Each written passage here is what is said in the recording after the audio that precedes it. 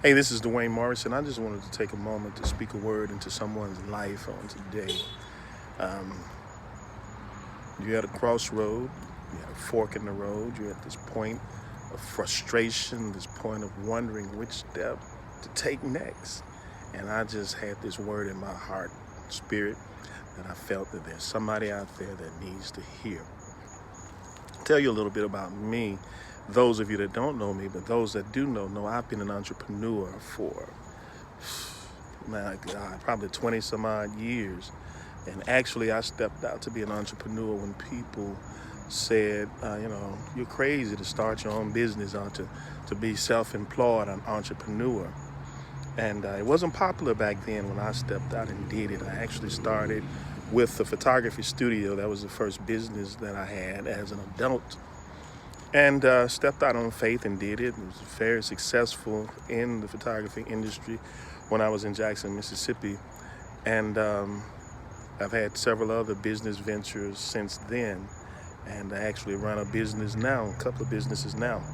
And I want to encourage somebody because there's somebody out there today that is frustrated where you are. You're frustrated on the 9 to 5 because there's something in you that's greater than where you are.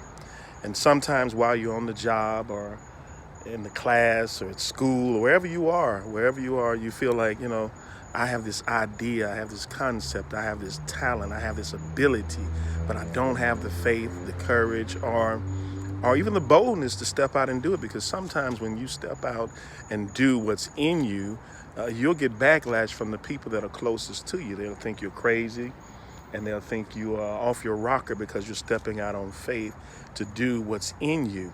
And a lot of times what's in you is what God has placed there. The talent, the ability, the desire, the drive, all of that is placed there because God placed it there.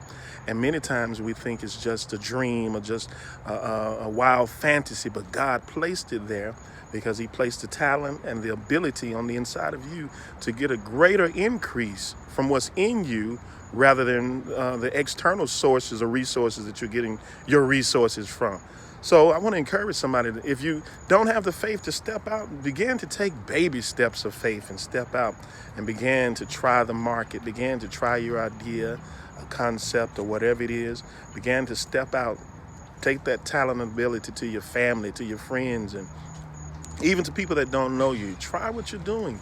Step out and try it. And I promise you, if God is in it, you'll begin to see increase. Now, listen, I want to tell you this. Just because God is in it doesn't mean you won't be challenged.